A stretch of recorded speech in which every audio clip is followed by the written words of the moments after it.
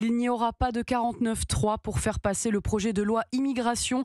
Décision hier soir du président de la République lors d'une réunion en présence de plusieurs membres du gouvernement, dont Elisabeth Borne, Gérald Darmanin ou encore Olivier Dussopt. Le texte sera donc renvoyé devant une commission mixte paritaire. 7 députés et 7 sénateurs vont devoir trouver un accord. Objectif, un vote d'ici la fin de l'année à l'Assemblée nationale. Un choix qui donne donc pour l'instant l'avantage aux Républicains qui le répètent par la voix d'Éric Ciotti, ils ne voteront qu'en faveur du texte durci par le Sénat. Notre Assemblée a sanctionné dans la forme le mépris insupportable du ministre de l'Intérieur. Notre Assemblée a sanctionné au-delà, sur le fond, un texte contradictoire qui consacrait le en même temps politique, symbole de l'impuissance et de l'immobilisme.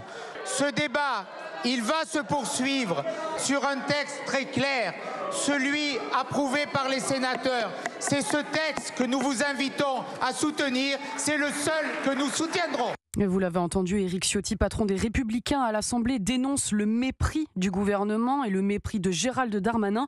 Mais derrière le désaccord politique affiché, c'est bien un conflit de personnes qui a motivé ce vote de sanction, Alexandre Chauveau. Oui, et à droite, la vengeance est un plat qui se mange froid. La première cicatrice remonte à 2017. À peine nommé ministre, Gérald Darmanin vient soutenir à Nice la rivale d'Éric Ciotti aux législatives.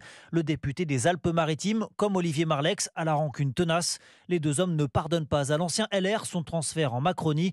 Il est depuis régulièrement surnommé Judas par ses anciens camarades. Plus récemment, l'attitude du ministre de l'Intérieur lors de la niche des Républicains jeudi à l'Assemblée a laissé des traces. Gérald Darmanin multiplie alors les piques envers son ancienne famille politique et ironise sur son manque d'unité. Le vote massif de LR en faveur de la motion de rejet lui sera fatal quelques jours plus tard. Enfin, vendredi dernier, en déplacement, toujours à Nice, Gérald Darmanin s'attable au bistrot du Port, juste en face de la permanence d'Éric Ciotti. Son convive du jour, le maire de la ville, Christian Estrosi, ennemi intime du patron des Républicains. L'attitude est là encore jugée provocante et achève de convaincre Éric Ciotti de pousser ses troupes à voter la motion des écologistes. Alexandre Chauveau pour Europe 1.